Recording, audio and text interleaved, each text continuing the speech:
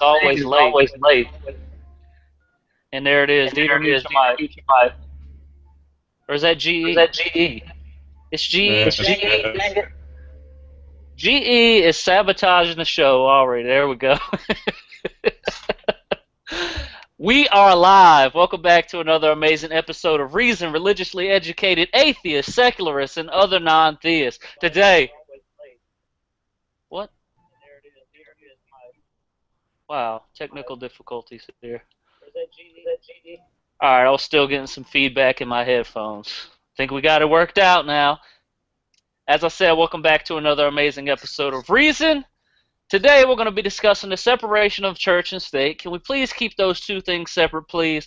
We're going to also be discussing some recent news, religion-related news, and atheism-related news. And then, if we have time, we're going to talk about Cat Williams' most recent stand-up and address many of the straw man arguments that he presented. GE, do you do you still have the links to all those news items? Is he still muted? Still muted? Yeah, I was muted. I'm back. I'm here now. Well, I've got the Ken Ham article. I know I just mentioned a couple of the others. All right, All just right. Just get those get ready, those ready.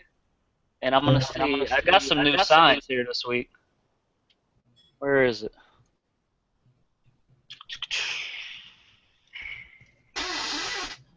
Gee, your mic or something is getting feedback.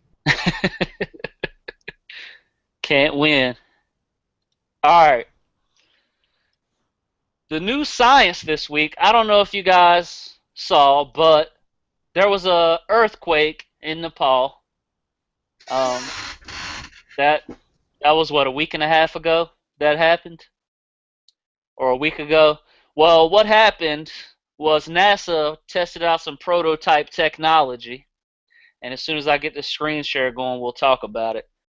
And they were able to rescue 4 people using this technology from rubble. So let's do this screen share. Let me know when you guys can see it. There it is. Looks like we can see it anyway. So, NASA's new radar technology was able to detect the heartbeats of men trapped under 10 feet of rubble due to the devastating 7.8 magnitude Nepalese earthquake. NASA deployed 2 prototypes of the search and rescue technology called Finder, finding individuals for disaster and emergency response. They love their acronyms too, which uses microwave radar to pinpoint faint heartbeats, allowing emergency teams to respond accordingly. Now, basically what you need to know here is that this technology is capable of finding people under 30 feet of rubble and 20 feet of solid concrete. To me, this is pretty, I'd say, sci-fi type stuff that we're seeing in our own lifetime. I mean, if you just think about how 20 or 30 years ago we would have never had anything like this, especially to locate someone under 30 feet of rubble or solid concrete. That's just amazing. And they also said that this was the first time that they tested it out and they were able to save 4 people, which is better than none, but we wish that they would have been able to actually research this more before the need to use this type of technology arise. But hopefully they learned a lot and they gathered enough data on this so that the next time around, because we know how natural disasters are, there will be a next time, we are going to be able to use this technology to save more people. You guys want to let's talk about this? Because the one thing that I want to mention here is that I know you guys saw, oh, pray for Nepal, God, send your prayers over there so God can help them. And I'm like, you know what? Who sent the natural disaster there in the first place? This is always my response to those religious folks that think that God is going to save someone after the disaster occurs. But lo and behold, what do we have? We have science out there actively doing things that can improve our lives. And in this specific example, working to rescue survivors of this earthquake. Well, that happens every time, doesn't it? Like, whenever you have any circumstances, any disaster, it's either mysterious ways or they retroactively give claim or some kind of precedent. This sets some kind of precedence for the wonders of God for saving an individual person. And they just blame days. But that being said, this technology is great.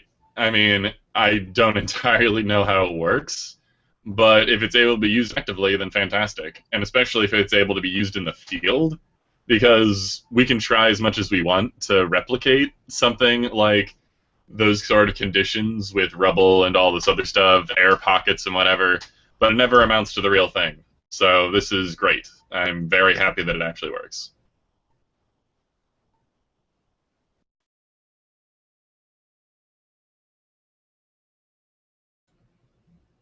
Your turn, G. Start talking. G. Start talking. G. Yeah, I know. I'm sorry. I'm making my way around. My computer is really bogged down tonight. Well, I find it really interesting about that, because about the new science, being able to use technology in that way, because it just seems like science is always working towards solving a problem, but it seems like religious people only look to blame things. Blame something on this. It's like, because like with the Nepal thing, I know one of the religious leaders there actually came out and was like, it's because this guy isn't, pure and he ate meat. That's why the earthquake happened. And it's just like they're looking to blame things as a way to explain them, instead of dealing with the fact that we know why these things happen, and so moving forward and trying to deal with the after effects. So I think it's pretty awesome using technology in this way, and I think that we need to start developing more technology to be used in this way. Yeah, I mean, I always think when things like this happen, you know, even being grateful for seismology and being able to um, know and have at least some kind of warning when these natural disasters is going to occur is phenomenal technology when compared with just a century ago, when people had no fucking idea, like when a tsunami was getting ready to hit, when a tidal wave was getting ready to take out their coastal city. And now the fact that we have that, and now we're also working on measures to rescue individuals that become trapped when it comes to these natural disasters, to me is just an amazing thing. And I think that we really are blessed, for lack of a better term, to live in such a great time. Dieter, hand me a synonym before I have to go off on that one. Don't even come over there. Hey, blessed does not have privileged. to. Yeah, there you go, privileged. We are privileged to live in a time period in which we stand on such prolific shoulders of giants. There you go, you nailed it. Yeah, so shout out to NASA for developing this technology. We hope that they can continue to put it to use in the future, and also shout out to I Fucking Love Science, because that's where I got that article from. All right, so with that being said, we're going to turn it over to GE, and we're going to talk about some current news items. And if Dieter, if you have any, we can talk about those too.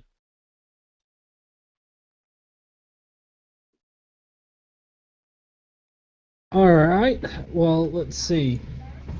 Let's start with a fun one first.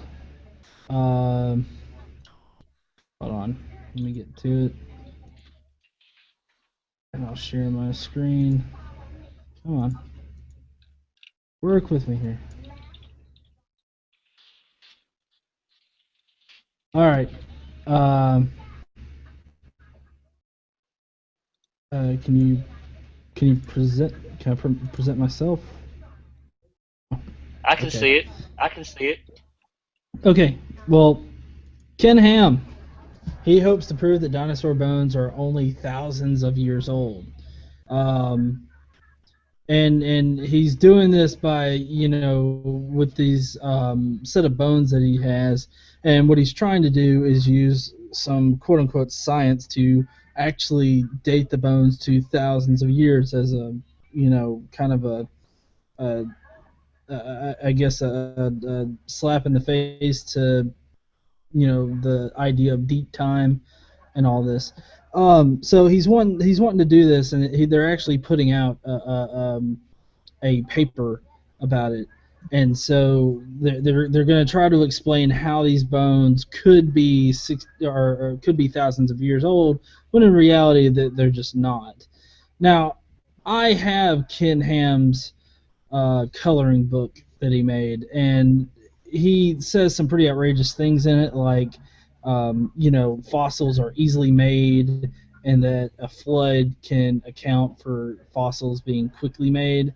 And if you actually look into fossils, there are different types of fossils that the flood just doesn't explain. Like, some of them could be explained by a flood, but it's kind of like, with the amount of bones that we find now, you would think that we would find a whole lot more.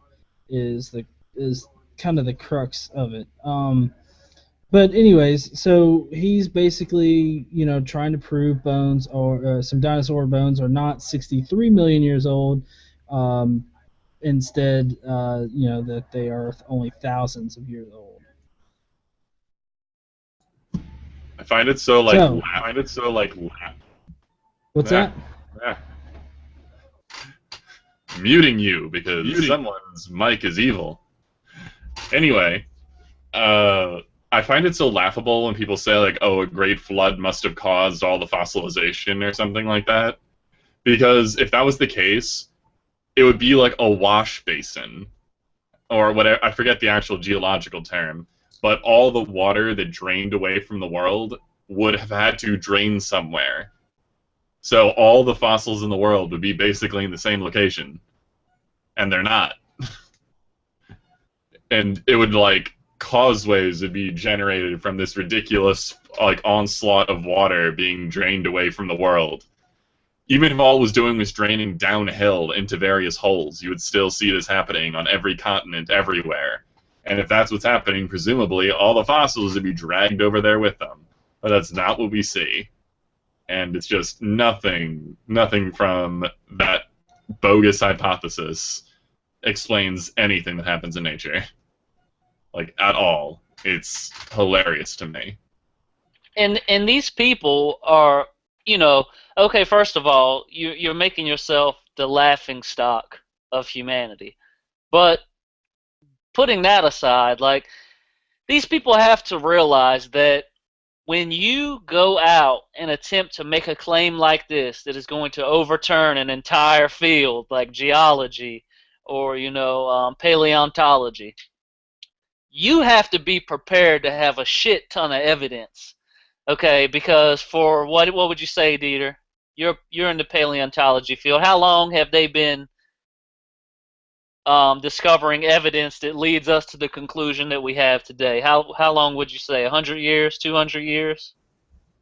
Around then, I can't remember the guy's name off the top of my head for some reason, but it was since we got the idea of deep time. Once we got there, that was basically the conclusion. That was one of the main pieces of evidence that had us drawn into that kind of conclusion, was things like fossils. Right, we realized that all of the evidence that we found were, starting to point towards this thing. So the fact that you want to think that dinosaurs are 1,000 years old, you got to have a shit ton of evidence, man. I mean, you have to have the amount of evidence we have discovered in the past 2 centuries, and then some, just to overturn what we have. Then not only do you have to provide that evidence, you have to explain why we have this idea that we have, or this theory that we have, based on these mountains of evidence. So not only do you have to overturn it, but you have to explain why these fossils are not in accordance with your theory, which is thousands of years. Your hypothesis, rather. Let's keep it. Let's keep it right here. Your hypothesis. No. I have to subtly disagree, and well, I think. Wait. Hypothesis is educated guess, right? Right? Is educated. Well, no, not that part. Not that part. But I think in my 20-second research, it was like James Hutton in the 18th century that we had a fairly good idea that the Earth was much older than we previously thought it was. So yeah, a couple hundred years. But anyway, the subtle difference, I would say, is you do not necessarily have to have equal amount of evidence to disprove a hypothesis or a theory. You just need something, you just need a very conclusive piece of evidence that completely goes against that theory to make it have to at least be very much adjusted. And that's why, like, for evolution, the snippy answer is find modern-day rabbit fossils in Precambrian fossil layers. Because if that actually happened, then we'd just be like, either a geological phenomenon we never could possibly conceive being possible is happening, or something about evolution is absolutely wrong. And that only would take one piece of evidence. So be careful. Be careful about that. Well, yeah, and I would like to point out that I think what you're kind of hinting at here, Dieter, is that whatever hypothesis that they come up with, it has to be it has to be useful. Like it has to be, you got to be able to use it to predict. It's got to be predictive. I think that's the word I'm looking for. Like it's got to be able to predict like what you might find. And you see, that's why our current theories with geology and deep time and all that, that's why they hold up so well, is because they are predictive, and we can use them as tools in order to suppose or predict where fossils are, or at what layers in the earth a fossil will occur and where they won't occur. And so that's why those are very valuable and useful.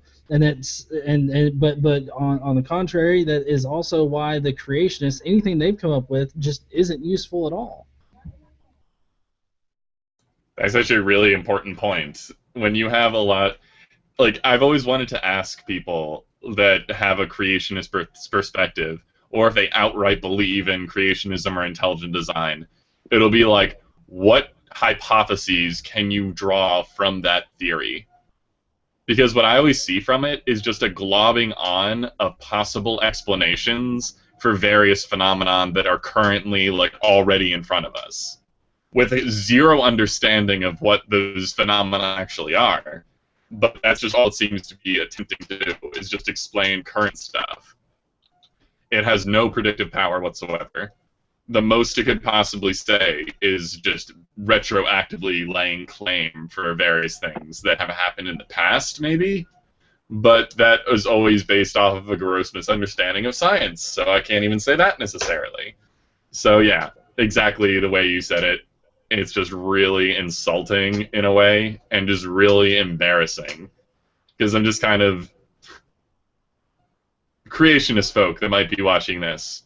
Come up with a hypothesis that comes from your theory, and then we can talk.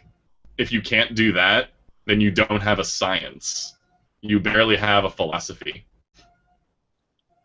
Right. Let me also say, too, now, I don't know if you saw what Pat Robertson had to say about Ken Ham, but he basically called him a fucking fool, because even Pat Robertson knows that, I think he said 75 million years ago or something like that, but even Pat Robertson knows that that's some bullshit.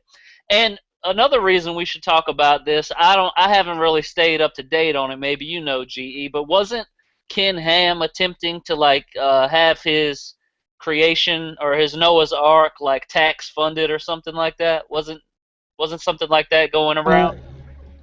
Yes. Okay, so the backstory behind this is basically they had filed to get tax incentives from the state of Kentucky. Now, they succeeded at first. What got it revoked was the fact that they were discriminating based on religion for a for-profit business, which is what the Ark Park is. Dan Arel, a Patheos blogger, did some investigative journalism along with the help of some of his fans, I guess, people that follow him. And basically they figured out that Ken Ham was using answers in Genesis to discriminate based on religion in order to hire for the Ark Park. So once this was brought to the attention of some secular groups, they brought it to the attention of the government, and the government was like, they kind of have you, in a tight spot there, Ken, so we're not going to give you the $18 million in tax incentives. And so, that's the whole deal with that is that they were trying to get some tax incentives, which just means that they get to keep a little bit more money that they make at the park rather than them actually getting money. But that also means that the money isn't going to the state to where they can fund much needed programs. And so, but yeah, that's the basic outline of the story behind that. I'm pretty sure one of the things he tried to do was claim that every single employee was a missionary. And I was like, no. No, they aren't, you pile of assholes. I don't like people weaseling themselves out of situations where they have a duty to pay taxes, especially for religious reasons. Or I should say, especially for solely religious reasons. This isn't a charity, this is a business. You don't get to do that. You're not special. Stop it. And I'm playing with markers because I find them entertaining. Shut up. Yeah, I mean, do we really need to reiterate on Ken Sham? What's the next article, G? All right, let me get this shared up real quick. This is more on the topical subject tonight. So if you guys can you guys see this? Yeah, you can. Okay. All right. So basically, Mike Huckabee, a while back, Mike Huckabee blamed the spike in school shootings or school shootings in general on the fact that we have removed God from our schools. Of course, this isn't the first time that we've heard this kind of rhetoric, but at the same time, this man is a quote-unquote potential presidential candidate. And in my opinion, he exemplifies everything that a president shouldn't be, because at least in this story alone, he's using a tragedy in order to sneak God back into schools, or not really back into schools, but trying to sneak God into schools and really push a religious agenda. And any president isn't going to be pushing a religious agenda, because the president is there to serve the common denominator, and a common denominator does not include religion at all. It includes the protection of religion. It also includes the separation of church and state, which he is obviously not looking to do.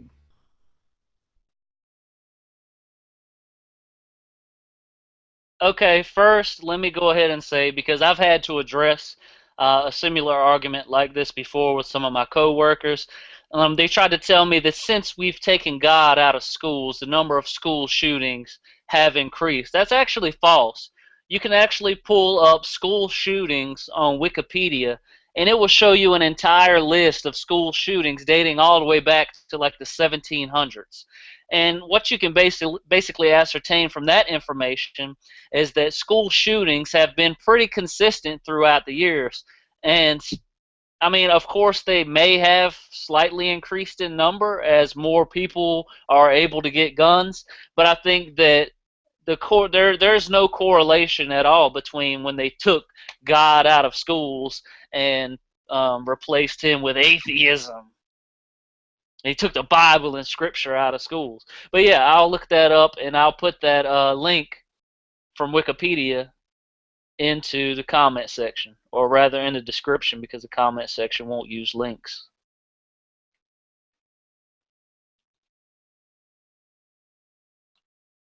That's all I had to say on that one, but I think I thoroughly debunked it. That was basically my point as well, and it's kind of like, actually, you're wrong, sir. So how about you stop lying to us? And I can't remember if it was Huckabee or not, but isn't he the guy that basically said, what was it? That the First Amendment only protects religious people? Or is that somebody else?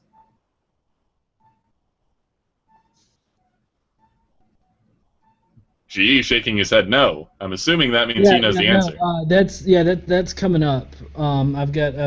I'm pretty much looking at the American Atheist page because Danielle Moscato has just been rocking it out with making really great images and keeping people informed of some stupid stuff that these politicians have been saying. But no, that was actually Rand Paul, and we're gonna see what he said here in a minute. I kind of assumed all those people were just kind of the same person, just kind of puts on a mask and then repeats the same thing. Seems that way to me. Well, that's pretty much true, except for the fact that Rand Paul adds a dash of crazy with the vaccines in there. So, all right, yeah, that one was pretty. Goody.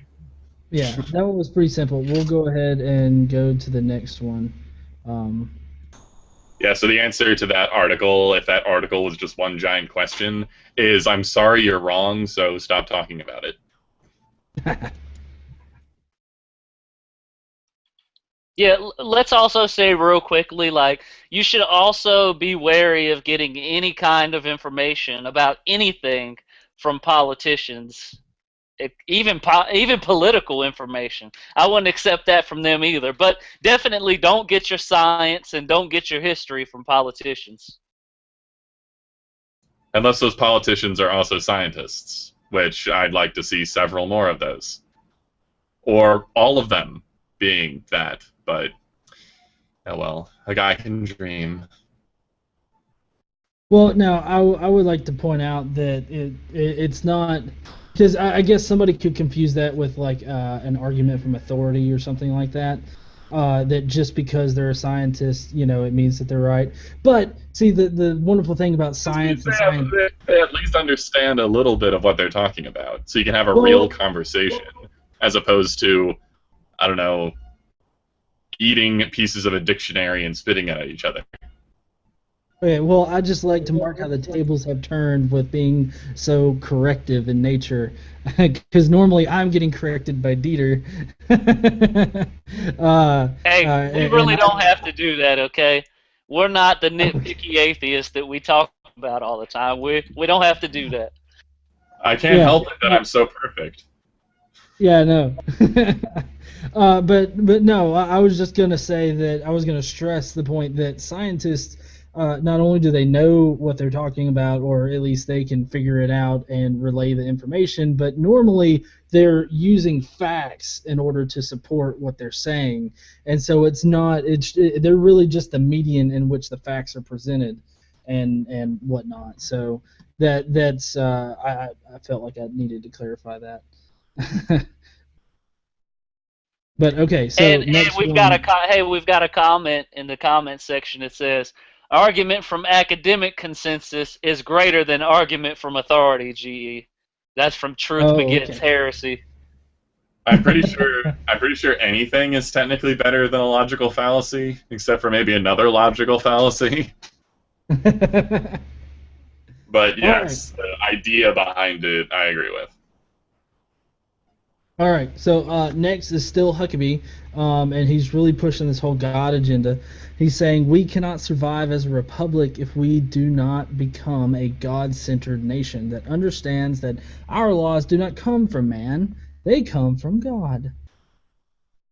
All right. So all this is saying to me is it's not saying at all that we should follow the Bible. It doesn't say at all that we should follow a God or the God of the Bible or Jesus or anything. All that's saying is, I am Mike Huckabee, obey every single thing that I say. That's all I heard from that statement. Disgust. So,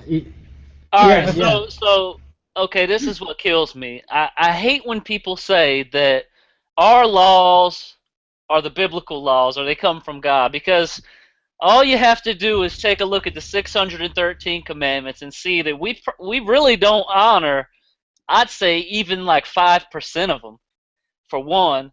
And for two, people to say, oh, yeah, but the things that we have here in America, God instituted those, and those are God-given rights, and or the laws that we have. And I'm like, okay, are you telling me that God only cares about the United States and he hasn't established these laws and these rights in other countries? so God is picking favorites now. It can really be destroyed internally, that entire argument. When you say, I know exactly what they would respond with. It would be something like either yes, we God bless are God's America. only country, or it would be yeah, like America, yeah, or America. it'd be something, like God instilled those values in everyone's hearts. That's why the European countries are able to do it. It's like you can't win when the argument is coming from whatever I say is accurate. Stop asking me questions. Well, I I'd am also being say an that the asshole other tonight. problem is that here in America, I think recent polls have put it at like 70% of the nation is comprised of Christians. But you have countries, like in some countries in Africa, where they're upwards of 93 and 97% Christian. So then you've also got to ask yourself, like, what's happening here? You know, America is slacking, and yet God is not blessing and giving His rights and laws to these other countries. Well, now hold on, guys. You're forgetting a very important point. Okay, I want to make this clear. Moses was the first American. Okay, he bent over and he shot out democracy along with the Constitution right in front of Plymouth Rock. Okay, you don't. This is a Nolan. This is we don't even need to have this discussion. Okay, because Moses did it all. He I say wrote go home your the drums, but you're already Constitution. home. Do He what? wrote the Constitution while he was writing the Torah, okay? What happened, it just got lost through the years. Our founding fathers came along and was like, hey, this would be pretty cool. Let's erase Moses' name and put all our names on it and create a God nation. I'm disappointed in both of you. Come on, man. This is rich. They actually put that in the textbook, right, G? They put it in the Yes. textbook that Moses is a founding father. Yeah. Oh, you're right. In Texas. God damn, I forgot that It's article. not even verified that Moses even existed. That's actually a thing that's happening in the scholarly community now. Like, we've known that most of these parts of the Torah were written by other authors because obviously Moses can't write about his own death, okay? So he can't write about the things that happened after his death either. Because he doesn't try hard enough. So we've Loser. known for some Wow. time that the Torah is not strictly Mosaic authorship. And the other thing that we're starting to figure out now is, as you break down some of the sentence structure and the writing format, is that actually we can't tell if it was even like less than 5 authors. It seems like it could be upwards of like 17 different authors. So who's to say that Moses was even any of those authors? Well, that really makes sense because the canonical Gospels. I mean, they are. If you look at the different versions throughout time, they keep getting progressively added onto, and new things seem to fit together well with it, and they work them in, and they become doctrine.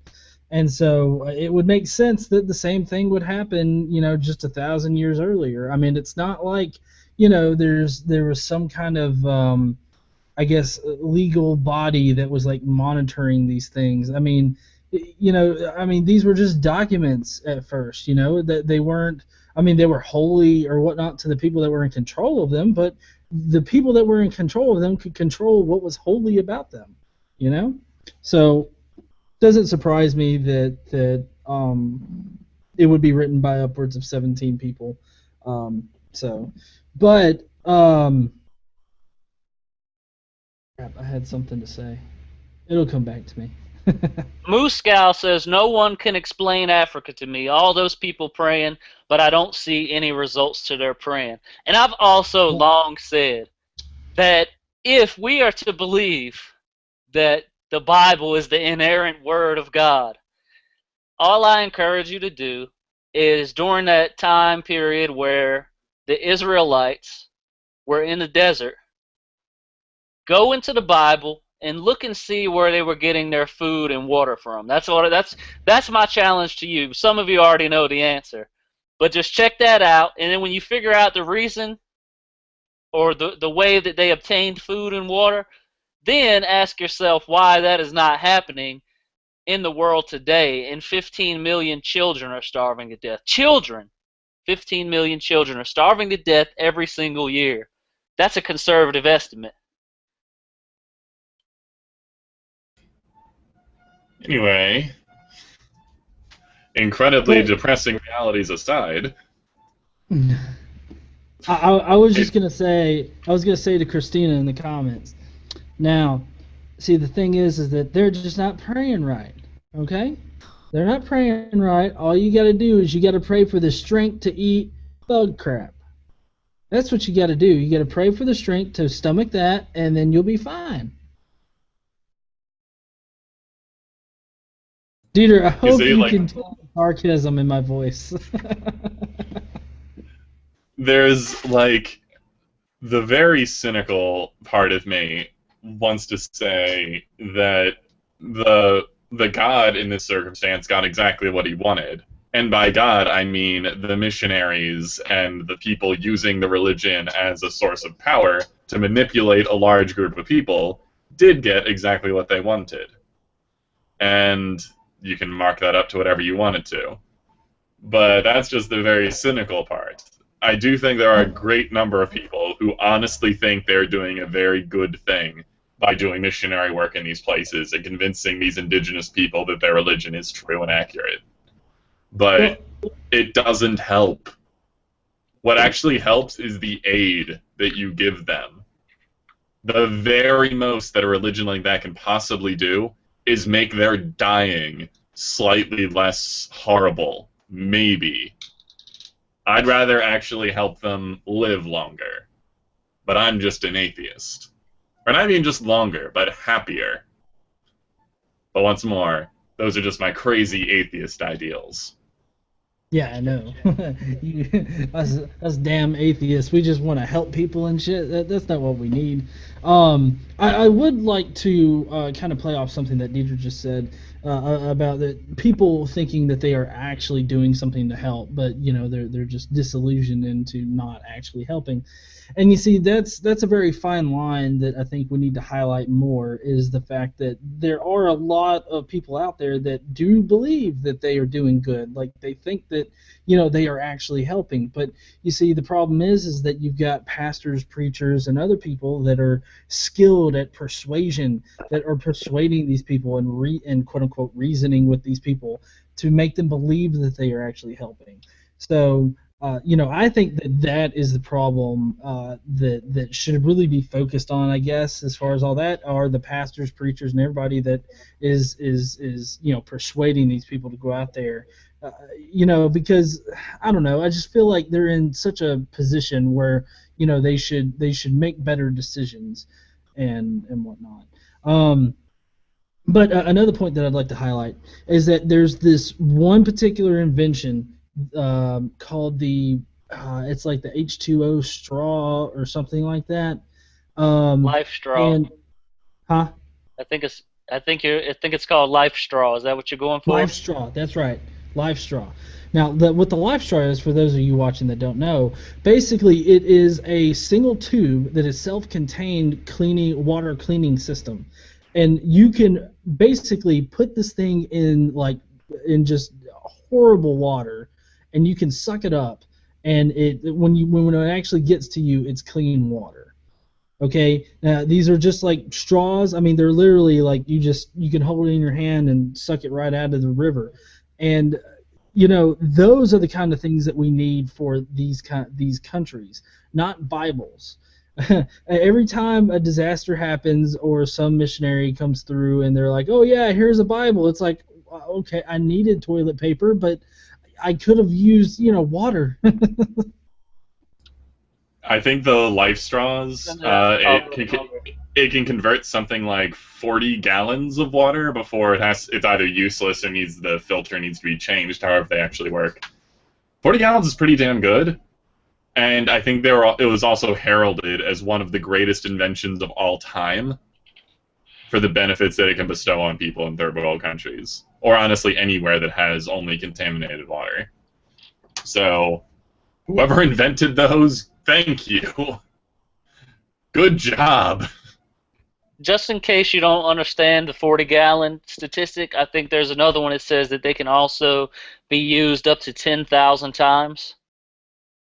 I happen to know some of those statistics because I actually donate to a charity that goes over there to these impoverished countries and they give out these life straws. So, woo! Hold on, I gotta get a little hand clap for my pat on the back there for doing my good deed. Self-aggrandizing makes you an asshole. Hey, Psalms 14:1 says what, GE? It says that basically atheists can do no good. And They do we're evil. abominable works. Yeah, and we're fools. Don't forget the fools part. Yeah. All I heard is atheists can't do something nice without bragging about it. Actually, you might disagree with me on this, but I think that we should brag about it. I think that we should do as many things as we can do, and then announce that we're an atheist right after we do it. Why? We need to change this perception that people have of us. They're thinking that atheists are all the same, and we're all these evil people that do crazy things. I mean, where do you think the joke came from that we eat babies? And they want to lump us into this category because it's easy to do that with other groups, like, oh, Muslims do this or Christians do this. And while some things that may be applicable, it's not applicable to atheists because 9 times out of 10, the only thing that we have in common is the lack of a belief in a God. And so for that reason, I think that we should announce that we've done it. And that's what I do when I go out and do my philanthropy. The first thing I let them know is that I'm an atheist. I don't only do it just for my YouTube channel, but I do it because I want people to know that we're capable of doing good things too, and that this stigma that is this negative connotation that is associated with atheism is faulty. And it's my goal in life to prove them wrong and promote positive atheism.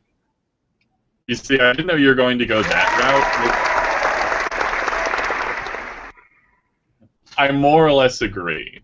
I think it's kind of like garish to. I can't believe I fit that into a sentence.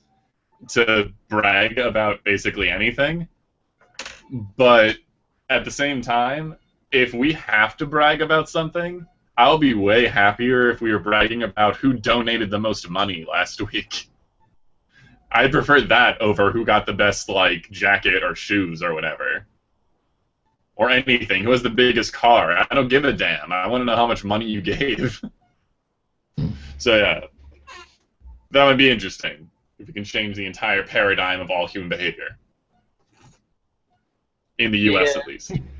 Yeah, I just want to live in a world where you say you're an atheist and people just don't even fucking care. They don't even ask you, what church do you go to? That's not even a question that people ask. That would be a great world to live in. It's like, wait, you go to some random place where someone yells at you on a weekend? That sounds odd. Well, anyone who doesn't sleep in on Sunday, if they're not at work, you should be very wary of those people. I do so many things on Sundays. But do you sleep in, though? I never sleep in. I hate wasting mornings. Okay, well, as long as you have atheist things to do. As long as you have atheist things to do, it's fine by me. Is it possible for an atheist to not do atheist things? But this stuff gives us a very serious. This does put us in a serious. Let's talk about this seriously because we got to have the serious discussion here. We do know that atheism is just the lack of a belief in a God. We have to continue to reiterate that over and over again. But if we truly want to change the perception of atheists, then we've got to own that term and turn it into something else, just like the LGBT community did with the word queer. That's actually a good term now. If you think 20, 30 years ago, that was a derogatory term. Smear the queer. But atheists used to refer to Christians. So, I mean, I know that's a different category, but I still find it amusing. No, I agree. I think it's useful to... I don't actually care too... I don't say a large part of my personality is being an atheist. I think a bigger part of my personality is responding to bullshit, which just happens to coincide with religion, atheism, controversy. But I think it would be good if we took the stigma away from happen to be an atheist. If you happen to be an atheist, that shouldn't be a thing that affects virtually any part of your life. And it does right now. So in a way, you kind of have to own a part of your personality that otherwise shouldn't even be a thing. In this context, I actually do relate it to homosexuality or any other, I guess, non-heterosexuality.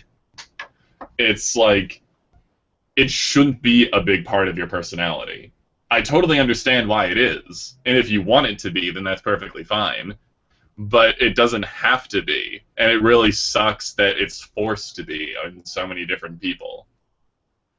It should just kind of be oh, honey, you brought a friend home? It's oh, I'm going out with my friend, Sam, next weekend. It's oh, is Sam a boy or a girl? Oh, I don't care. Go have fun with your friend. It's it shouldn't be a conversation where people even give a damn anymore. And I would actually prefer, to a degree, that more often than not, it's not seen as a huge part of your personality either. But that's kind of just a not making it a big deal sort of thing. Obviously, if you want it to be your personality trait, then by all means. But yeah, I've rambled. But that's a sticking point for me. I wish everything was just broken down to, if you were asked the question directly, then you would answer it honestly. But otherwise, we have more important things to talk about. I agree with you. Right. I think that we've basically been forced into a corner where we have to take these terms. And I mean, what's it going to be next? We've seen this ramping up against homosexuals in the past, 50 years. Once we defeat that, we're going to see an even increased ramping up against atheists. If you think it's already happening now, it's only going to get worse, because that's going to be the last thing that they have left. And what is going to be next after that? Why do we have to keep taking these terms and presenting them as a positive thing? Why do they have to continue to villainize a group of people? Will we ever be safe from religion? Will we ever be non-victimized by religion? We're on the upward slope, honestly.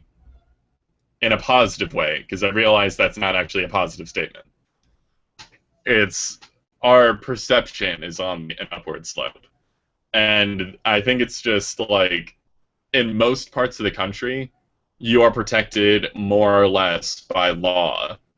We're allowed to have this podcast. That is an enormous jump from how it was even a couple decades ago. So that's good. The problem is, in places where we don't have that kind of luxury, there's still places where you can be denied jobs, you can be denied service, and a whole bunch of different things for the most outlandish reasons. And people are still trying to, either directly or subtly, make those sort of exemptions law. That's where we still have to fight, and that's where we have to not ever give up. Because that's the more nuanced and complicated way that people's deeply held religious beliefs or twisted political agendas are still having an effect on our lives. So we do have to be aware, we have to be careful, and we can't stop fighting. But, that being said, we're still significantly better than being dragged in the street. Or beheaded. Good job, everyone. I'm actually extremely happy that I never had to deal with anything like that. The most I've ever had was people screaming in my face in a public place that I'm going to burn in hell or that I'm a disgusting monster. Yeah, But I'm dude. It's so very disgusting. happy and very fortunate that that's basically the worst that I've had to deal with. And that's Better than actually not why getting I cake. fight so hard for the people that can't. Because I actually can. But you know what I think though? I think that you're right. We're on an upward slope. I've got an upward slope for you. But anyway, seriously, we are living in a good time, and the thing Like, you got is, like a hunchbacker? huh? What's it? Listen, something's rising, okay, and it's not the temperature. It's the temperature. I don't. You're not making sense. Sexual innuendos. Anyway, let me get back to what I was saying here. So, you're right. It does seem that things are on the up and up. And we know that based on some studies that they've done, that just knowing a person who is a homosexual or an atheist increases your approval rating of that group of people. And I think that the thing is that we got to own it. And I was going to tell a quick little anecdote about how there's a member of my family who is a hardcore right-wing Christian pastor. And I actually had to talk with him after me and my grandfather had to talk last weekend about me being an atheist. And I explained to him, I explained to him my position and everything, and then I told him how people treated me and how people treated other atheists. And you know what he said? He said, that's a problem, and I don't think that just because you're an atheist, you're a bad person. And then he said that today he was going to be going to church to talk about this in front of his congregation, about how atheists are not these evil people that we think they are. And so I'm going to follow up on that and get more details on how that went. But it just goes to show that not every religious person out there is out to torture us or burn us at the stake. And so we've got to be considerate to a certain extent when it comes to dealing with the religious folks. So like with my discussion with him and with my grandfather, I kept it real cool, real calm, real collected, very respectful. And I just made sure that at the end of the discussion, they knew that me being an atheist didn't change anything. I'm still the same person. I'm just not sure about a God existing. So, GE, next news item.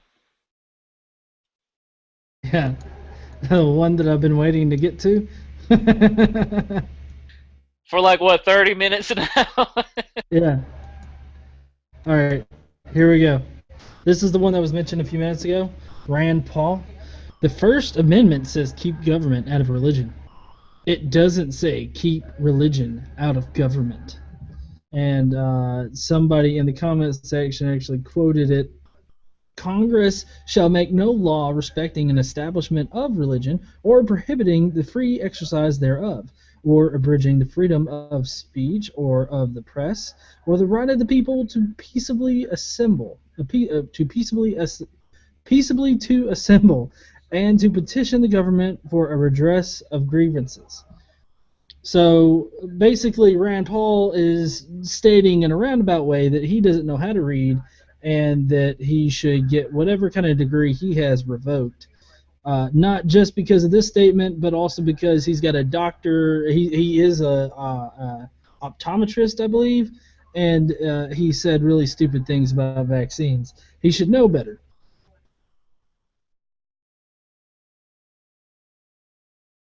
But Do we want to clear up what the First Amendment actually says here?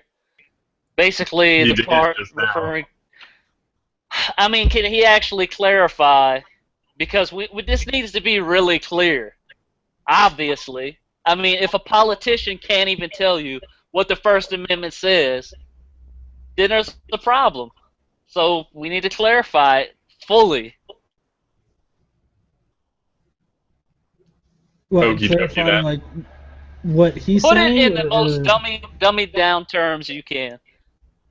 The United States government is not allowed to establish a formalized religion for the country. we're not allowed to have a nationwide religion.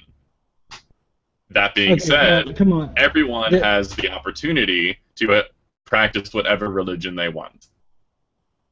Okay, that's not what Aeolus was asking for. Aeolus was asking for something more or less like this: government can't mess with your religion, but then you know what? Religion can't mess with your government. All right? I'm disappointed in both of you.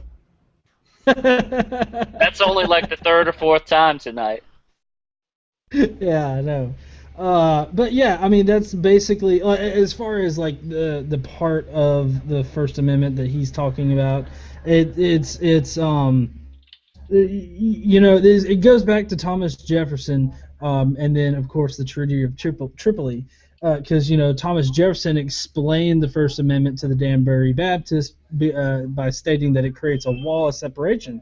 Now, this isn't some kind of like two-way glass or something like that. It's not like the religious people can see into the government and have all their stuff. It's not like, and then the government it can't see out or something like that. No, it's both ways. I mean, religion can't mess with government, and the government can't mess with religion. But there's been this really big push to say that that's not what it says when it clearly does. And it really disappoints me personally when you hear these supposedly quote-unquote smart people read word for word the First Amendment, and yet their reading comprehension goes completely out the window and their cognitive dissonance takes over. And then to fast forward on the timeline to the Treaty of Tripoli, a lot of people have been arguing like, well, that the one that's signed into law isn't a real representation of how the governing bodies of the time felt about it. And what you have to really the solid argument against that is that what actually got signed, ratified, and put into law by the government. Everybody had to read it, and they had to vote on it, and they had to sign it. And so they passed that law with Article 11 in it, stating that we are not based on the Christian religion. We're not a country that is based on Christianity. And so they all agreed with that point, at least enough to sign the document. And so, I mean, you can argue about different versions that came before it, but when you get down to it, it's what got actually signed into law. So you have these two solid points that really support this wall of separation, and the religious right and these conservative Republicans are really trying to chip away at that law by saying that God needs to be in there. And honestly, it just seems like one of those last desperate grasps to stay relevant or to survive the coming change is what it kind of seems like to me. And the thing is that they're hoping, okay, so when they make these laws respecting the establishment of religion, so for example, they pass discrimination laws that make it okay for you to discriminate or refuse, or put up religious propaganda on government property. They know that if they have the majority backing, they can pass and establish these things. What they're hoping for is that we will not go to the courts and get an official ruling on it, because that's how we win. I mean, as far as we can tell, they can do pretty much anything they want unless the courts get involved. And that's really what we have to do. We have to keep taking it to the courts, as you've seen happen, where the Satanic Temple was able to put their own statue and stuff up. We have to keep doing that. They've been putting, every time they have like religious material in schools for an event, the Satanic Temple shows up with their coloring books and things like that. And that's what we have to keep doing. We have to keep taking the fight to them until they understand how ridiculous it is. And if that means that we need to gather money to put a statue of the flying spaghetti monster out, then that's what we need to do. And we need to do that for every religion until they realize just how ridiculous the courthouse is going to look when they have all of this religious propaganda out front. And that's really the only way to win, is we have to keep going to the courts because they're going to rule in our favor so long as we have the Constitution and the Bill of Rights on our side, which in these cases we do. Dieter gave it a thumbs up. Do we have any more news, GE, or can we finally get into this Cat Williams thing? Yeah, no, let's go ahead and get to the Cat Williams since it's 9 o'clock. Or, well, 10 o'clock for you, Alice. All right, let me work a couple things here. Let's see. So this is Cat Williams' recent stand-up. I think it came out towards the end of 2014, but I actually watched it last night, and I thought that this segment on atheists was something that we could really talk about, because I know that Brendan talked about this in the past, about how he says that atheists just believe in nothing, and we've addressed many of his straw men before. So I figured that we could talk about this again, and let me make sure I've got the sound good here.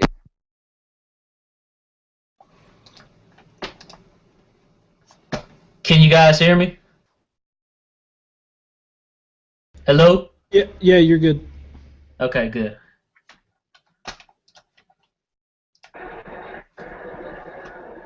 Just saying. Gotta be able to laugh. I joke with the church, but you gotta believe in something for real. You got to find something to believe in. Let me just say that. I can't tell you what to believe. I'll say I'm old-fashioned. I'm a dinosaur. I still believe that there's a God, and that if you need him, you could call on him, and he will help you just like he be helping me all the time. That's just my own personal opinion. I think you should believe in something. These atheists have gotten out of control. These motherfuckers is on some different shit.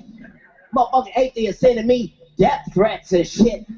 Listen here, Mr. Motherfucking Atheist.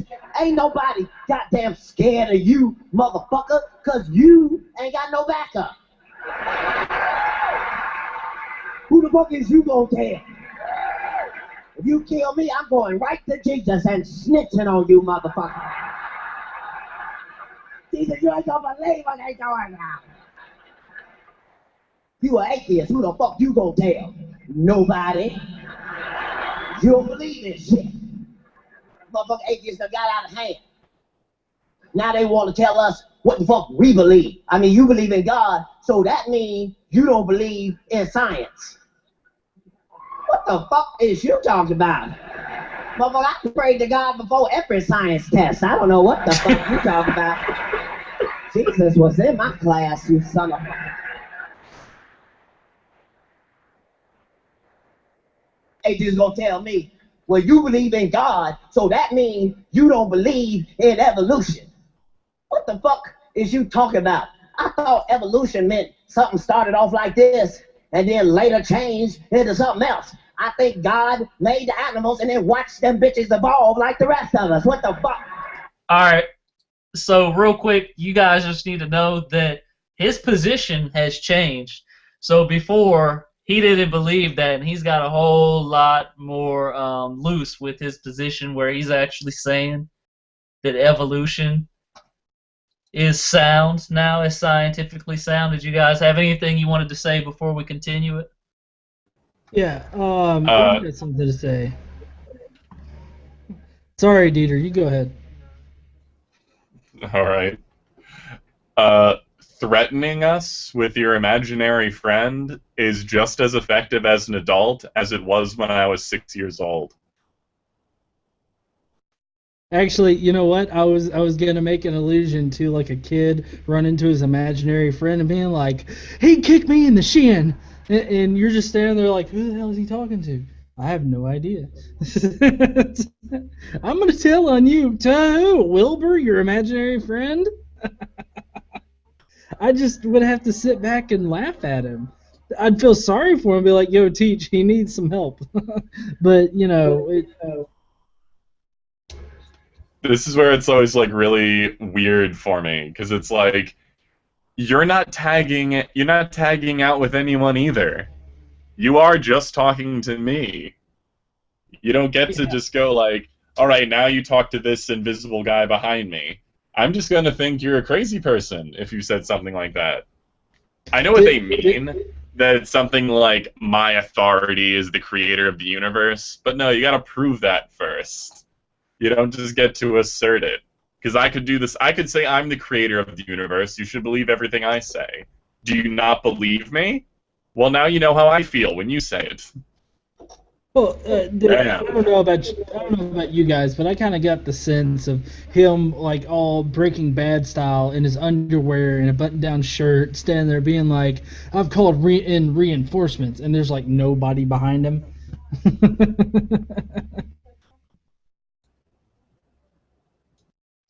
Let me also say, I'm not sure which atheist he is coming into contact with, but as far as I know, I've never seen any atheist say that just because you believe in God, you can't accept science. It's not science or God. There's not that there, okay? Due to our innate ability to compartmentalize. Ooh, I got it right in a sentence. I pronounced it correctly. Okay, due to that ability, you can have contradictory beliefs. And so, you know, just one example is Adam and Eve versus evolution. But what I'm trying to say here is that you could still believe in a God and still believe in or accept science. And whatever atheist is saying that out there, you really need to stop. Because this is an example of how a person who believes in a creator deity comes into contact with an atheist and then generalizes all atheists as if we're all saying this to him. And also, I forgot what I was going to say. Anyway, we'll just keep on going, rolling with the clip. It's like, if anyone ever asks like why a lot of atheists sometimes automatically laugh at creationists or religious people in general, this is why. This is the kind of stuff we're exposed to all the time. I'm sorry that we're just as guilty of generalizing as anyone else. But seriously, look at these guys. Damn. Again.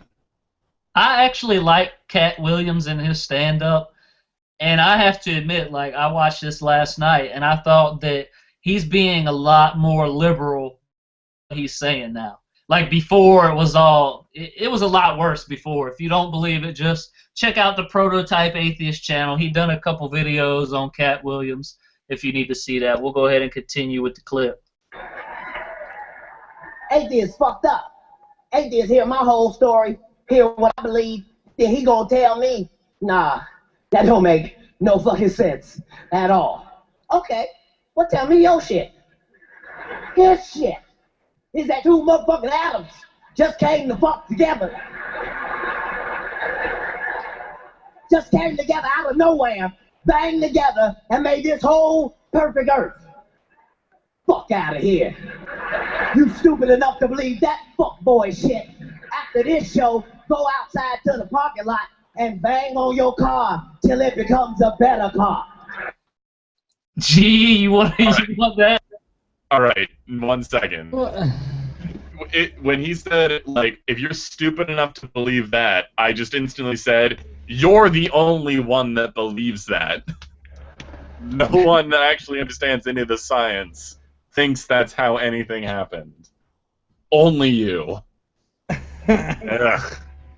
Enjoy beating on your car. Yeah. This is, I don't know, this is a pretty standard tactic in my opinion for anybody that's hostile towards scientific theory or anything like that, because what they'll do is I guess it's what's the technical fallacy for it? It's like personal incredulity. Straw man. Well, no, it's not necessarily a straw man, because you actually have to understand the concept first in order to make it a straw man. And it's just it's so apparent that he doesn't, and so it's personal incredulity. And if you guys don't know what that is, speaking to the audience, personal incredulity is basically when you don't understand something, but yet you present it as if you understand it perfectly, but you misrepresent it. how this differs from a straw man is that you actually understand the concept and you take an easily defeated portion of the concept and present it as its main point, and you defeat it that way. So basically, it's like putting up a straw man and knocking it down easy. But this is personal incredulity, and because it's not like a scientist wouldn't say we definitely know that there was atoms zip zapping around and everything and doop doop doo-wop and Cosbying all over the place, and then they went smash and exploded. Like, that's one theory about it. For me personally, I think matter and antimatter clashing together and producing a pretty big explosion is a pretty good one. I know that Stephen Hawking has this concept of a really infinitely dense black hole that contains all of the matter in the universe, and it just exploded one day, and that was the origin of the Big Bang. So we have a lot of theories about it, and for him to represent it as just, oh, atheists say this, is, I guess that's a straw man, but he's doing a straw man while implementing it with personal incredulity. So I have to give him applause for using a combined fallacy like that. Yeah, I definitely have to say too. Another thing that I noticed was that he didn't have a lot of people in the audience applauding for him this time as he did the first time I ever saw him speaking about atheists. The first time I was really disappointed because it was like the entire audience was screaming for him, like, "Woo! That makes so much sense to us. We ain't come from no monkeys." And like now, there was actually a couple points in there, I don't know if you guys noticed, where the audience didn't even applaud at all. There was just a couple motherfuckers out there that was clapping. So I mean, at least we have that going.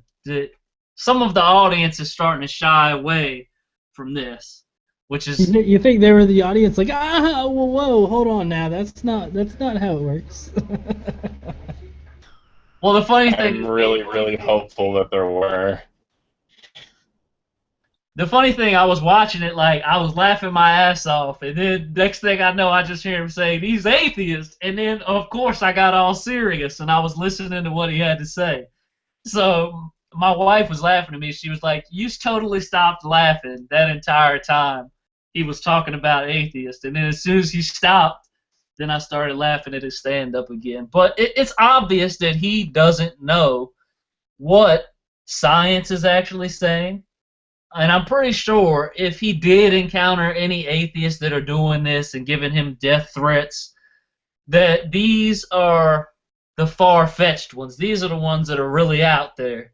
You know, because as far as I know, nobody out there that I've seen on an entire page of atheists, 30,000. GE has like 70-some thousand. He can probably attest to this too. That we're not out there making death threats, we're going to kill motherfuckers. Well, yeah, I think it's quite ridiculous that. I guess that would actually be another straw man in this whole situation, is that he's representing atheists like, oh, we just send hate mail all the time, and with any kind of movement, it seems like people here lately at least have been really highlighting the more radical portions of it and presenting it as representative of the entire movement or community or whatnot, which I don't know if that should really surprise me, but I guess as I get older and I pay more attention, it just seems to be more apparent that is how, the opposition, I guess, if you could think of them like the opposition, works as far as, how they want to represent us. It doesn't seem like they want to represent us, without bias or without some kind of agenda. See, like me, and I think Dieter and Aylis here wouldn't represent, the Christian community as, completely made up of Westboro Baptist Church members. I don't think anybody here would actually go out there and try to say, hey, Christians, they're just like Westboro Baptist Church, just all of them. They just hate gays. That we wouldn't say that. We would be honest about it. And so that kind of makes, Christians, I guess, like Cat Williams, a bit disingenuous because they knowingly misrepresent the atheist community, whereas I feel like we are much less prone to do so. I also wanted to say that he also, I guess, kind of misrepresented our position when he said that atheists don't believe in anything. Because just because we don't believe in a God doesn't mean that we don't believe in anything. I believe in the 3 F's: family, friends, and fun. I believe wholeheartedly in those things, and that's something that everyone should at least experience in their lives. So, he totally misrepresented that.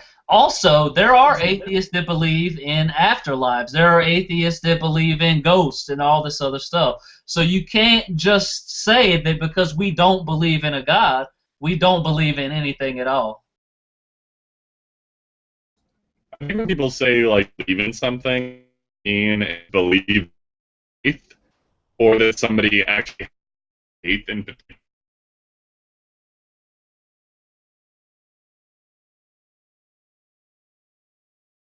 something without substantial evidence. And in that context, it seems like atheists really tend not to, but even then they actually do. So it's an annoying bait and switch because they always switch. So nonsense. I don't give any credit to it, and I often just ignore it. Yeah, and I mean, he says you got to believe in something. Sure, I believe in myself. I believe that I can summon the internal strength to deal with things that I have to in life, and I don't have to pussy out asking for the help of a fictional ultimate authority. I can man up and handle that shit. I think there's two major ways that I see, like 2 major ways of handling that kind of confrontation. You can just go like, no, I don't believe in anything in the way that you think that I do. So stop saying that I do, because you're just lying. Or you can be like what you're saying. It's like, yeah, I do believe in stuff, and the stuff I believe in is better than yours, and I can prove it. So, whatever makes you more happy.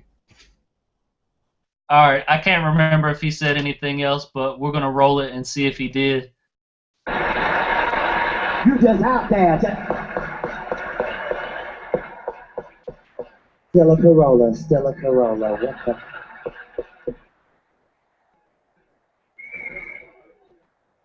Fucking atheists. This shit don't make no motherfucking sense neither. They always want to prove evolution and show you an animal that fit all the criteria. Here we go. Want to show me motherfucking scorpion. Cat, look at this scorpion. You see his motherfucking skin? You see how tough his skin is? That's so you can't fuck with it. Then he got these motherfucking pinchers, so you can't fuck with it. Then he got this motherfucking venom, so you can't fuck with it. Well, get the fuck over here, motherfucker, and look at this goddamn pig and tell me why is this motherfucker delicious from the rooter to the tutor with no defenses at all. This motherfucker is delicious everywhere. Look at his sides. That's bacon. Who would put bacon on the side? Jesus. Jesus cares about your breakfast. He does. He always. Atheists want you to believe 2 motherfucking atoms banged together made this whole earth. That should mean they should be able to get on the space shuttle, fly around, and find a place where them same 2 atoms had banged together before and made some other perfect shit. That's not what they see. Every planet they see is more fucked up than the last planet. Just fucked up, fucked up, fucked up, fucked up, fucked up, fucked up, fucked up, fucked up. How you know it's fucked up? Ain't nobody on it.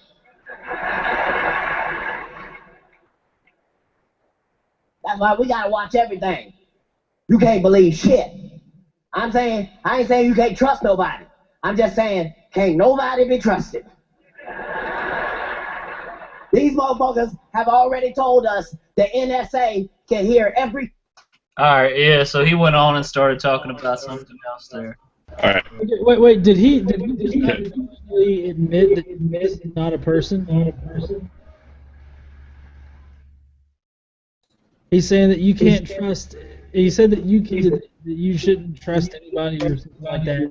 Yeah, But but you know the response to that. It's like, don't trust people, trust God, which really means trust what I say. yeah, But All he right. did just say though, he did say you can't believe in shit. And then he said you can't trust anybody. So you can't trust him or believe in God because he just contradicted himself.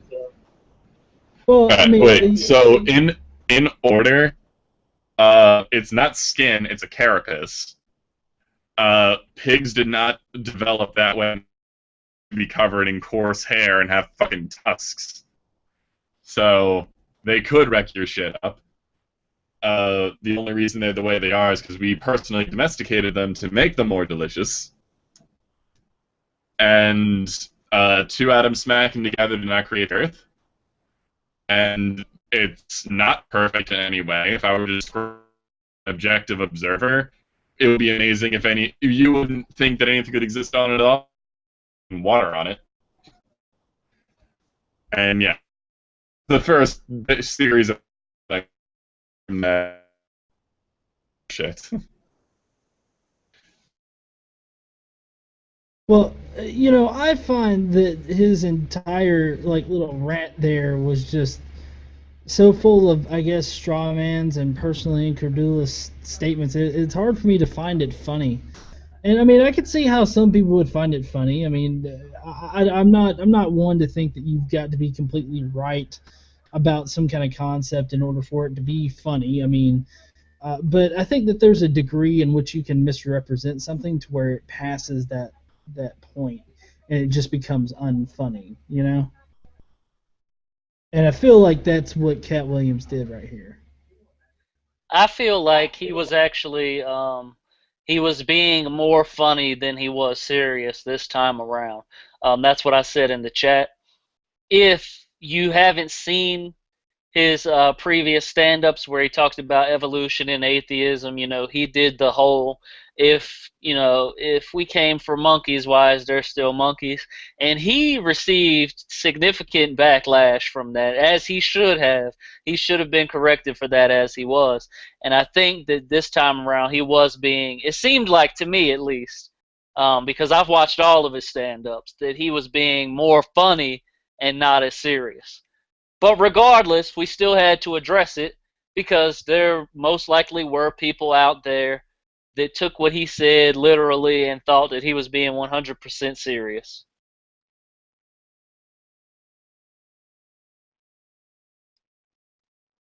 Anything else you guys want to add? No, at least not from my point of view. I mean, I liked some of his stand up, but when it gets into, I guess, that area, I guess I feel like he takes it past the point of it actually being funny. Like, I know that he's attempting to make it funny, but I think that he's past that point to the point of it's just ridiculous rantings and it's not funny to me, I guess. I don't find stupidity funny. I find it sad. I say that while laughing to myself.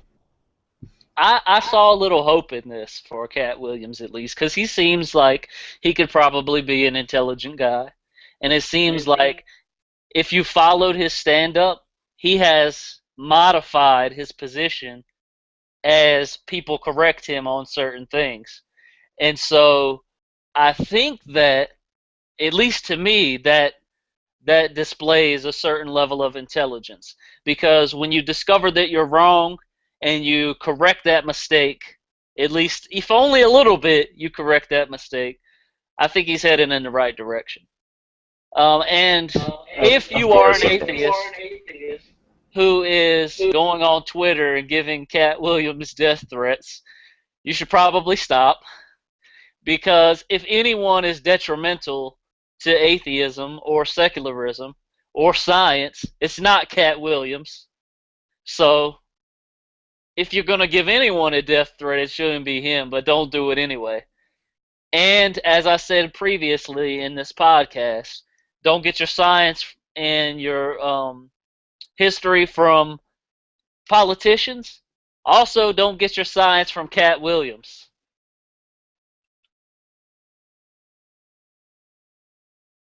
Dieter? No, I guess the only last comment I had was similar G's. Once you go past a point where you're no longer really funny, you're just kind of sounding crazy without specifically playing a character, then it starts getting more into just mindless ranting than actual humor for me.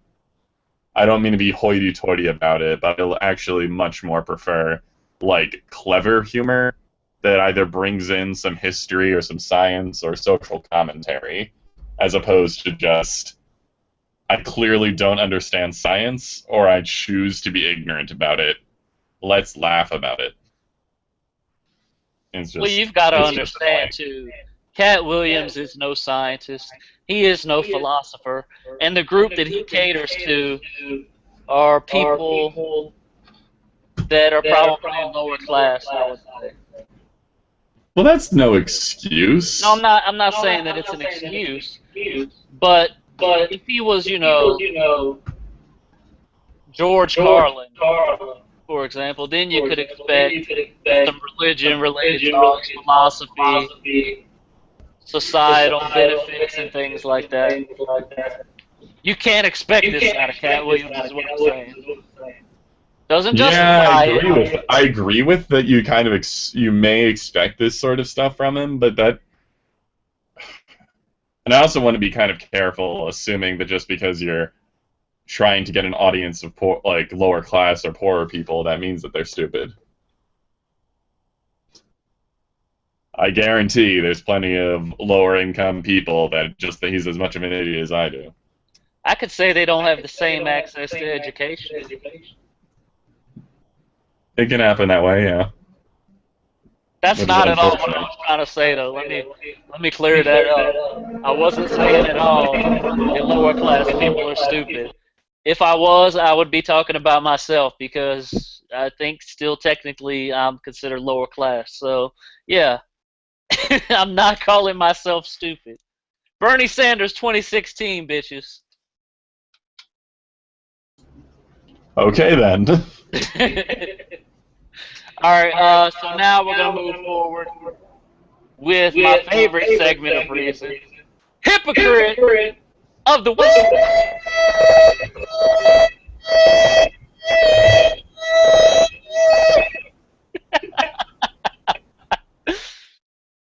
I actually didn't.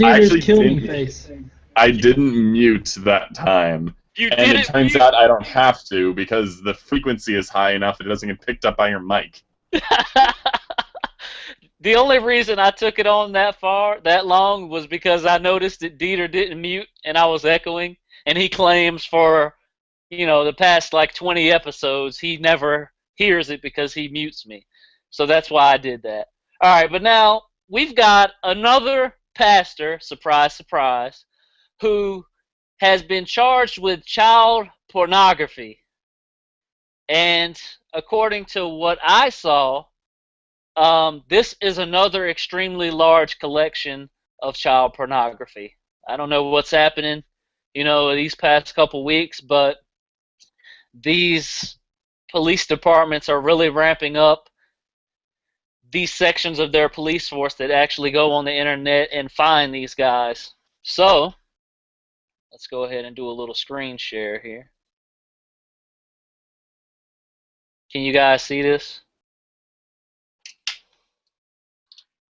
All right.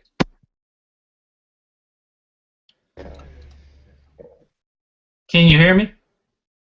Yep. All right, good.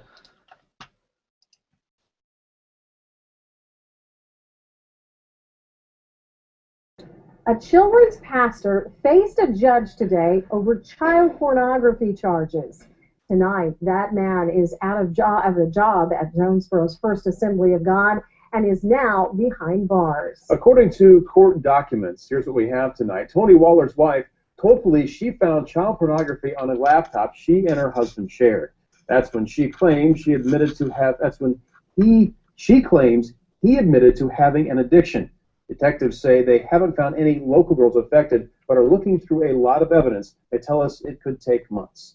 Jessie Tenor has followed this case all day. She was there when Waller appeared in court. She talked with the church's pastor today about these allegations. And Jessie, what have you learned?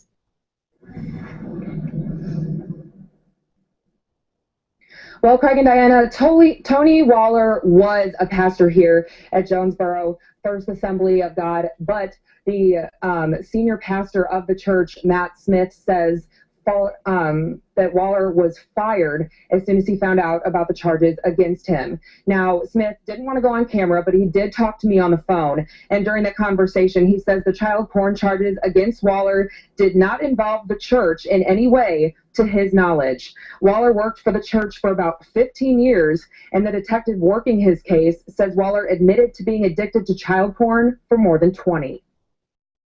They have a small child. I'm not sure the age. I think she said they've been married about 14 years.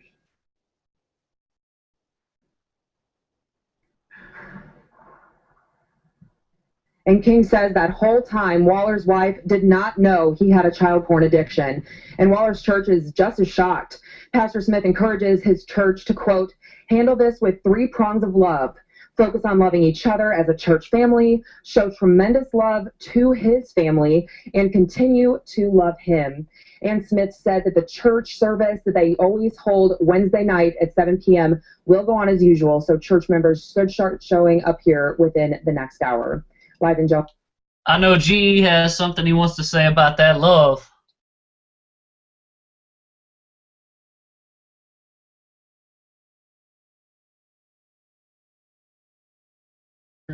The love of the pastor. Yeah, they apparently, basically, they didn't use the word forgive, but I kind of felt that's the angle they were getting at, and I know you've got a spiel you like to give about forgiveness. Yeah, the forgiveness aspect of Christianity. If anybody hasn't heard it yet, you're gonna get to hear it. If you've already heard it, then suffer. So basically, I feel that the forgiveness aspect of Christianity is very harmful and detrimental because it allows assholes like this to continue going out and hurting children. Now he, of course, only has or not only has, but he has child porn images. It's not like he was actually caught hurting a child, but I mean, it does, like, the whole forgiveness aspect doesn't really make him responsible for it or anything. It says, oh, okay, that's fine, you're really sorry, you're handling it with God, so I'll just leave it between you two. And so that, I mean, that's just going to cause him to slip right back into doing what he was doing before, and that's hoarding away thousands upon thousands of child porn images. And so it turns into a vicious cycle. Now, that's not to paint it with a broad brush and say that all Christians implement it in that way. What I'm citing here is a very specific hole in it that allows these things to happen. And just like with like our gun control laws now, personally, I feel that there are very small holes in which people can slip in and get guns when they just simply don't need them. And in the same way, I feel that the forgiveness aspect of Christianity is just, it's a hole that allows people to go and hurt other people and continue hurting other people. So that's kind of my spiel about the whole forgiveness deal. All right, so in short terms, the forgiveness thing is a get-out-of-jail-free card for all malicious behavior. Brought to you by Jesus.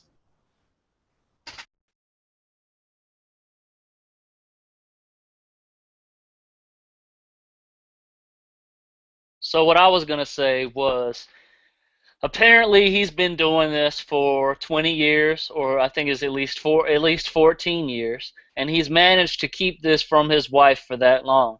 Now, the thing that we need to be worried about, and these police need to do a very thorough investigation because they're not really sure if he had any victims yet from the article that I read on this. And even if he didn't have any direct victims, we've said this over and over and over again, these children that are in this pornography have been victimized. And who knows what else? We don't know what type of child pornography it was. We don't know if it was just a kid in a bathtub or if it was some molester raping these children in a child porn. We don't know what it was.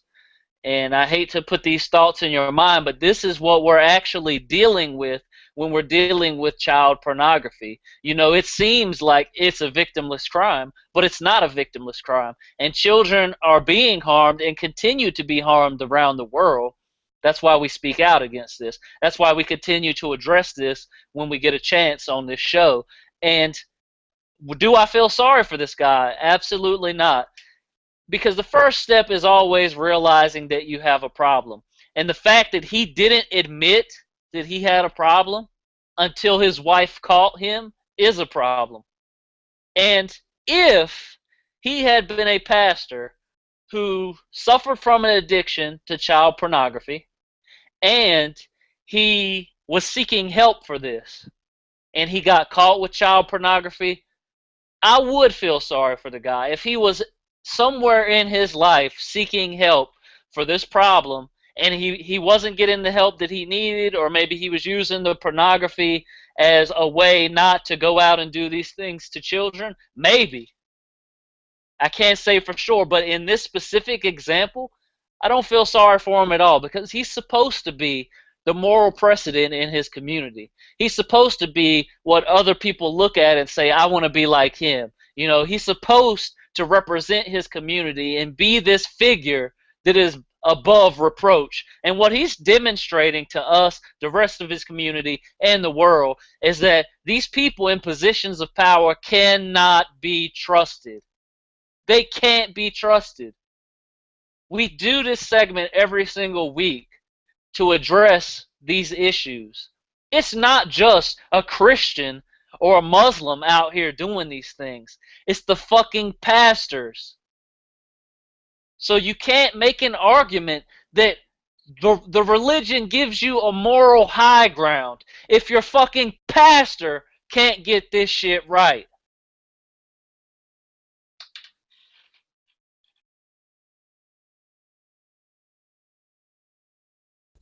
Can we do something not about children next week, please?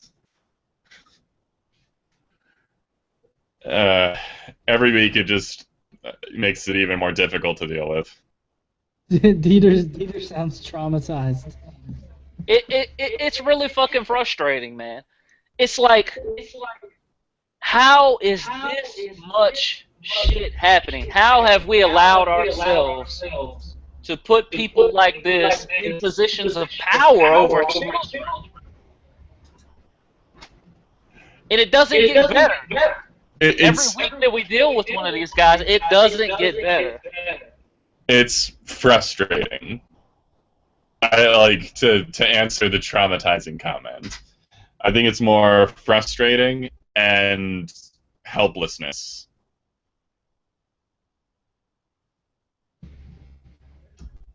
Which I know is not. I know avoidance is not the right answer.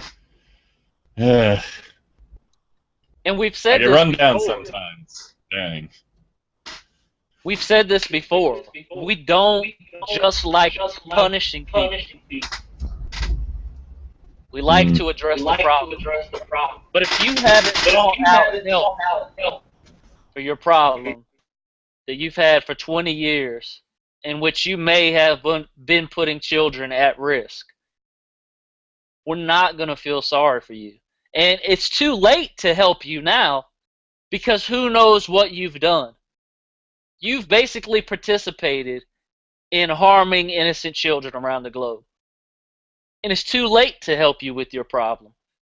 Now, we have to punish you.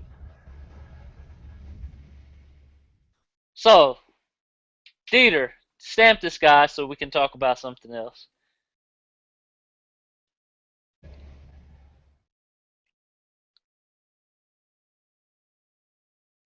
For having a massive child pornography collection and for doing this for over 20 years, why you are supposed to be the moral authority in your community. We're going to stamp this pastor with Hypocrite of the Week if Dieter can ever find his mallet.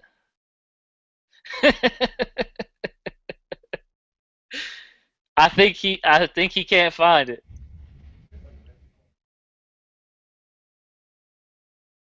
Can you find it? So instead of the mallet, I'm using the unofficial Judgment wire cutters.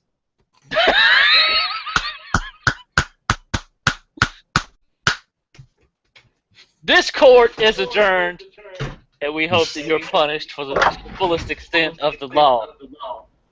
All right, now that we're done with that, anything else you guys wanted to address? Have you done a video recently, Dieter? I haven't done anything in forever. Before the internet said, Dieter, stamp that son of a bitch. What was that? Before the internet in the comment section, he was like, Dieter, stamp that son of a bitch. I wish I could in real life, because I'm like, it's extremely frustrating having to go over these sort of stories all the time, because I'm always one of those people that I personalize crimes really horribly to my detriment. Like, I just kind of go like, there's so many kids right there that are suffering, and I can't do anything personally to stop it from happening. So I feel just so helpless, and it feels so terrible all the time. I use that as motivation, but I also have to levy that with my compassion. Because, like, Aeolus went into this just a bit. It's like, there is something deeply wrong with this guy. He needs to get help, and he needs to be able to deal with these feelings. But it's too late to help him. Like, no matter what you do, it can't erase the harm that was already done. Right. Anywho, I do plan on making more videos. I have many in the works, and I have many requests. But it's one of those, like, do I have 4 hours right now? The answer is normally no. Dieter, hurry up and do a new video, you lazy fucking hipster. Aeolus! Why would you say something like that? I'm reading a comment on the comment section. You are just a jerk, sir. I'm reading what See before if I come back here. I'm never eating here again. He put a smiley face on it. Oh, that makes it better. I could smile while punching you in the face. It doesn't make it hurt less. It depends. Yes, it depends, okay? Because if you're punching me in the face with a sex face while we're doing something freaky, then I might be okay with that. What in the flying hell? I'm just saying. Is a punching related sex face? I've been known to get a little kinky. Anyway, anywho, at any rate, GE, tell us about what you have in the works. You just said 3 like edging statements in a row. I have been today, the entire day, I've been cutting up my Myth Information Conference stream into single interviews. So I've got that content that's posting this week. I've also got more American Atheist Conference stuff posting this week. I'm going to be going to there's a conference in Atlanta that is centered around the Sunday Assembly. It's going to have like the Sanderson Jones guy, I think is his name. The one of the guys that started the Sunday Assembly. He's going to be speaking on there. I'm just going to get a table. I'm not going to be able to actually attend the event exactly. I'm just going to get a table, and I'm going to be doing podcasting there. Hopefully, if they still have tables available when I'm able to reserve one. And so I'll be doing that at the end of the month. So be on the lookout for that. And then just general, videos. I put one out just before this show about Mother's Day, my own take on it. And then tomorrow morning, I have my initial response to this guy that's had come onto my channel, and he challenged me on a bunch of things. And so I was like, you want to turn this into a live discussion? And he accepted it, but he accepted it with a video. And so I pretty much respond to his video, and it takes... my video is 30 minutes long.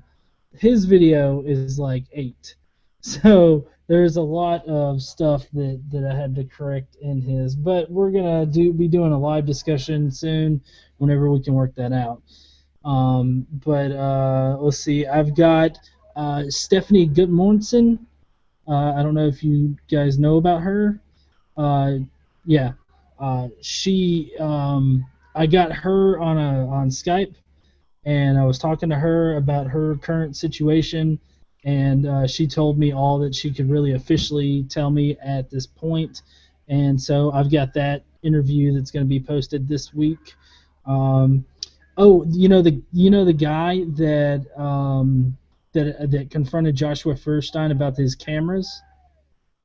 I've got him on an interview talking about that, as well as his religious background. That'll be posted this week. So I just have a whole bunch of interviews that I'm going to be posting, and I'm really excited to do more. And as you guys know, the rest of us are going to ride GE's coattails to success. So I just wanted to give a special shout out to Torva over in the comment section. He said that his wife is due tomorrow. He's having a son and naming him Cyrus. So let's go ahead and extend congratulations to him.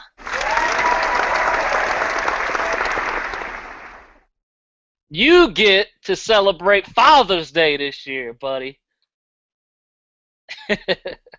I guess I could tell you guys a little bit about what I have in the works. I'm going to keep those videos coming, and a lot of people always ask how they can support me. It's in the description box of every video that I do.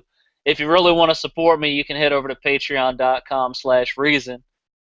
We currently have 2 patrons over there. Shout out to those patrons. The best way you can support me, I don't need your money, okay? The best way, if you like the content that I create, you like the Reason Live show, you like all of these things that we do, the number one way you can support it is by giving the videos a thumbs up and sharing the videos. That, to me, is 100% support. But if you're one of those few people that wants to go 110, we have a patron page. Now, I also want to say that there are some videos where I address a topic or a politician or something that people don't like, and they dislike the video because of whatever that person said. You shouldn't do that. You can't dislike the video because you don't like the person. For example, I noticed when GE did a video on, was it Mike Huckabee that you interviewed? Was that who it was?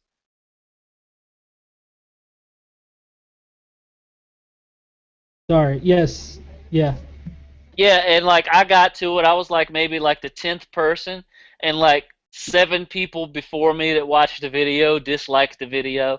I was like, that was such a good video, man. That was actually a good video. But these people disliked the video just because it had Mike Huckabee in it. Yeah. I can't blame them. Well, in that video, it took a lot for me to do because my computer only has so much processing power, and like the more layers that you add on to a video, the more processing power it takes. So I think it took almost like 24 hours to render that video. Yeah, it took a while. Ooh, 24 hours. All I hear is bitching. Also, because I can put this in terms that you might like too, Dieter. You know how everyone hates Joshua Feuerstein, and you like to do a lot of videos on him. They may just be disliking the video because he's appearing in it. You need to tell them to thumbs up your video because you are debunking and addressing his arguments. Dude, Payless. I don't give I don't thumbs have to. down. I don't have to tell people to thumb up my videos. You don't? Hold on. I'm gonna pull up your channel. I'm gonna check your dislike ratio. There's a dislike ratio? Yeah. Yeah, you can look at it in the creator app. That's like magic. Wait, where is it? I want to know now. Analytics? Yeah, didn't you know God created analytics on the 8th day? Well, there's a lot of things on the 8th day, but sorcery is most of them. Yeah, you can pull it up. You can see your lifetime dislikes and all of that. So, oh, I do have another announcement on what you may see in the future on my channel. A lot of people know that I'm bridging the gap between my two personas. So, me as an atheist on my channel and my real life personality, I'm kind of merging the two. And so what you may see here in the future on my channel is some of the music that I create. So if you've already seen the introduction music that I did for GE's channel, you can get a pretty good glimpse of what is in store for my channel. So you'll probably see that. It takes a while to produce an album. That's what I'm working on. So, you know, a couple months of recording and perfecting and writing, and then, you know, another month or so at the hands of an audio engineer, and then probably another month getting it prepped for distribution and sales. So, what is it now? Well, It's May. Probably be towards the end of the year. Yeah. And I got a comment on the Matt Dillahunty interview I did, and somebody said, you know, that intro isn't helping you out. And so I responded with, well, neither are you, so it's okay. Somebody I'm sure actually that- had to be a dick, right? Yeah.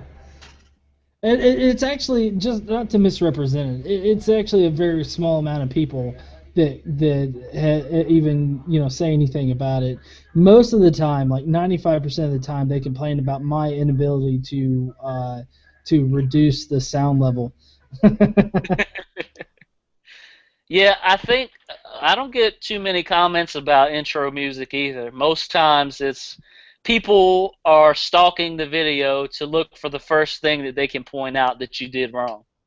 Like, you know, this video would be great, but at 3 minutes and 37 seconds you cursed. Yeah, I get those comments all the time. Like, as soon as you said fuck, you lost all credibility. It's like, oh, okay. If you're going to let one little word get in the way of it, then you weren't there to actually, you know, listen at all.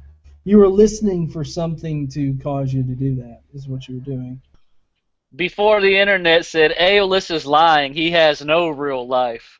He hangs out in gyms all day with sweetie middle-aged men. No, you. What are these Actually, I speedy kind of men expected. speaking of?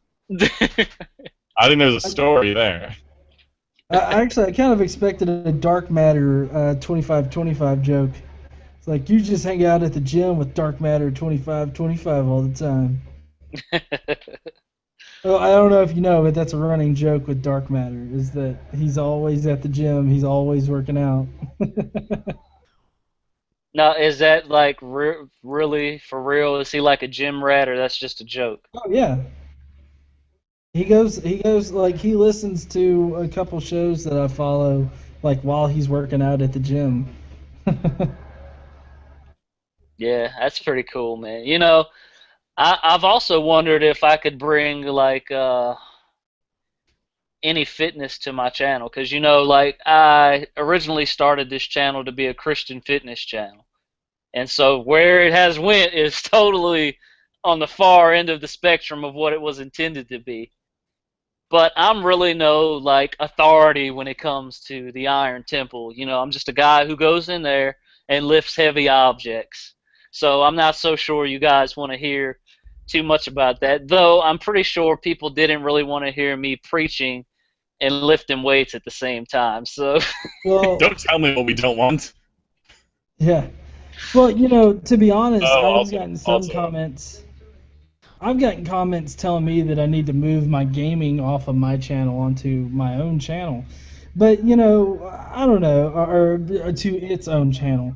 And I mean, I like the ability to create content on the fly like that, and it really helps with the visibility of my channel. So, I mean, and normally I keep those videos on, you know, appropriate playlists. And so that's what I generally direct people to. So I think that I don't know if you know Lee Lemon. No, I'm not drawing anything here. Okay. Yeah. If you look on YouTube for Lemon Lifts, she's an atheist and she has an atheist-oriented channel, but then she started doing more like fitness type videos and whatnot with lifting weights and all that kind of stuff. So I think that you'd be fine if you wanted to start doing that. I think it could be very positive. Dylan Getchapool Abbott says, I like your gaming. Oh, yeah? We love to watch you struggle in games, John. I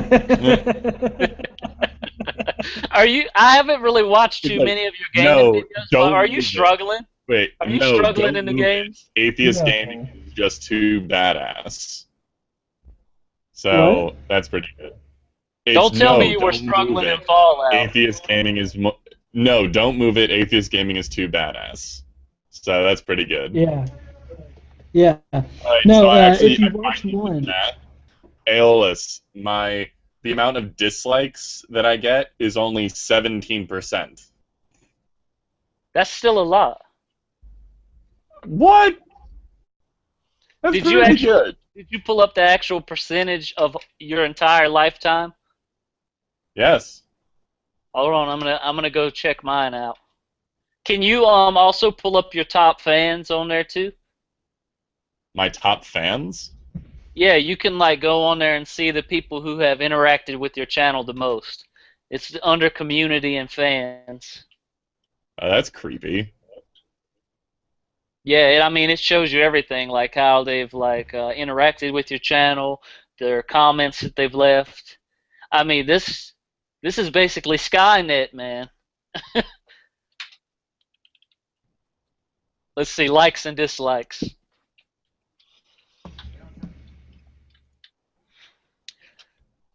For my